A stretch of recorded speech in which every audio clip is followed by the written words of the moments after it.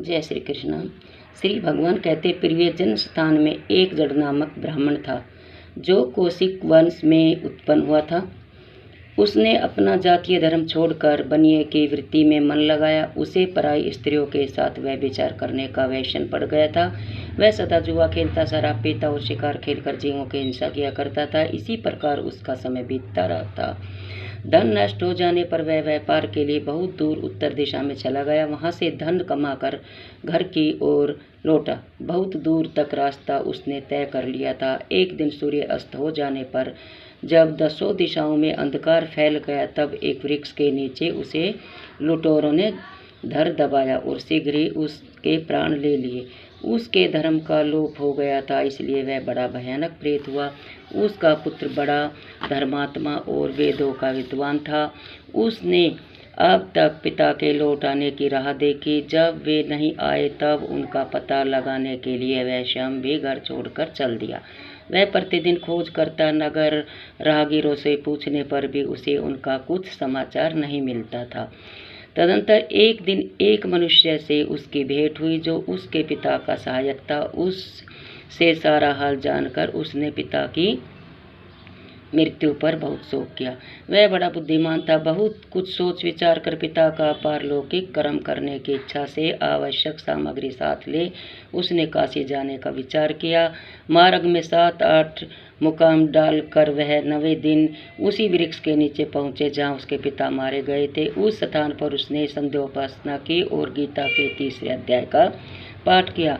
इसी समय आकाश में बड़ी भयानक आवाज हुई।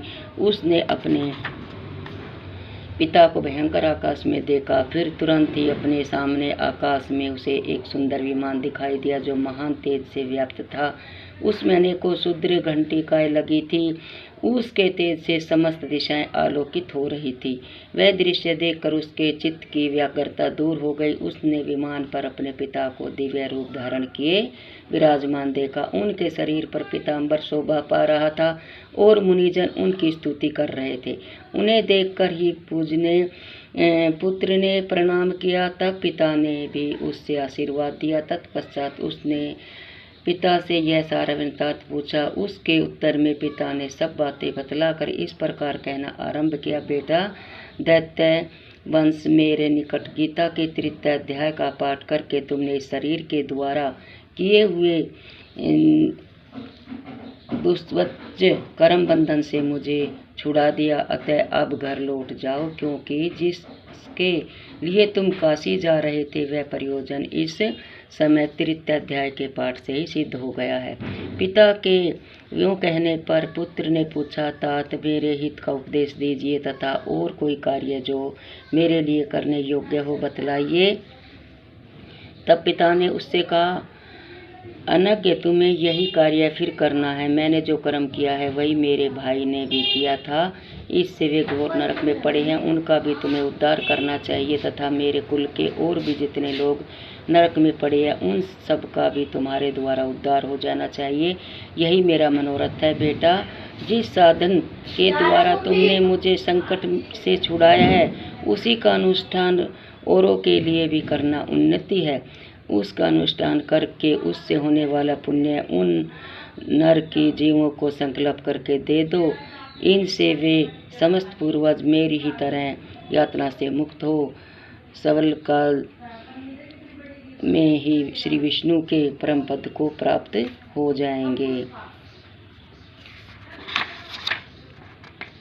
पिता का वह संदेश सुनकर पुत्र ने कहा, तात, यदि ऐसी बात है और आपकी भी ऐसी ही रुचि है तो मैं समस्त नर की जीवों का नरक से उद्धार कर दूंगा। यह सुनकर उसके पिता बोले, बेटा, वस्तु तुम्हारा कल्याण हो। मेरा अत्यंत प्रिय कार्य संपन्न हो गया। इस प्रकार पुत्र को आश्वासन देकर उसके पिता भगवान विष्णु के परम धाम को चले गए। तत्पश्चात वह भी लौटकर जन्मस्थान में आया और परम सुंदर भगवान श्री कृष्ण के मंदिर में उनके समक्ष बैठकर पिता के आदेश अनुसार गीता के 3रे अध्याय का पाठ करने लगा।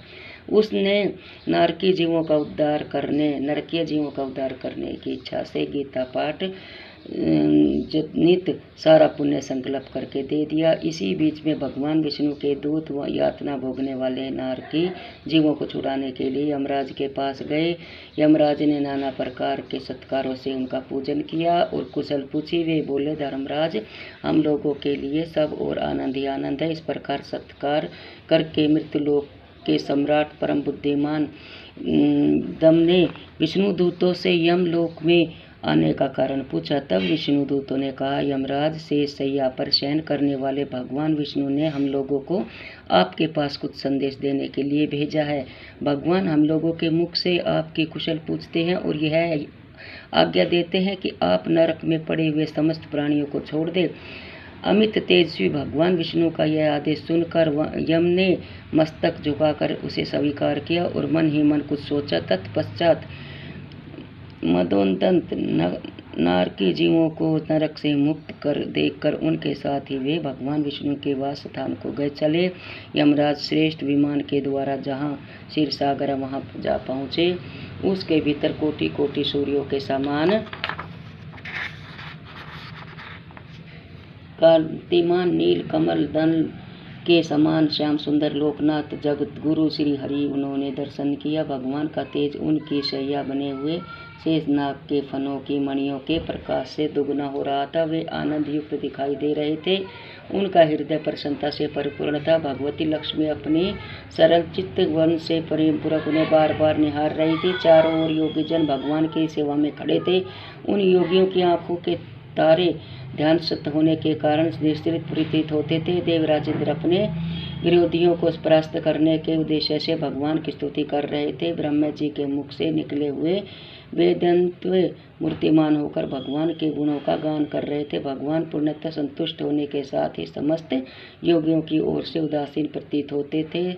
जीवों में से जिन्होंने योग साधना के द्वारा अधिक पुण्य संचय किया था, उन सबको एक ही साथ के कृपा दृष्टि से निहार रहे थे। भगवान अपने सर्वभूत अखिल जराचर जगत को आनंदपूर्ण दृष्टि से आमोदित कर रहे थे। शेष नाग की प्रभा से उदासित सर्वत्र व्यापक दिव्य विग्रह धारण किए नील कमल के सुदर्श श्याम वर्ण वाले श्री हरि ऐसे जान पड़ते थे मानो चांदनी से घिरा हुआ आकाश सुशोभित हो रहा है। इस प्रकार भगवान की झांकी करके यमराज अपनी विशाल बुद्धि के द्वारा उनकी स्तुति करने लगे। यमराज बोले, संपूर्ण जगत का निर्माण करने वाले परमेश्वर, आपका अंतकरण अत्यंत निर्मल है।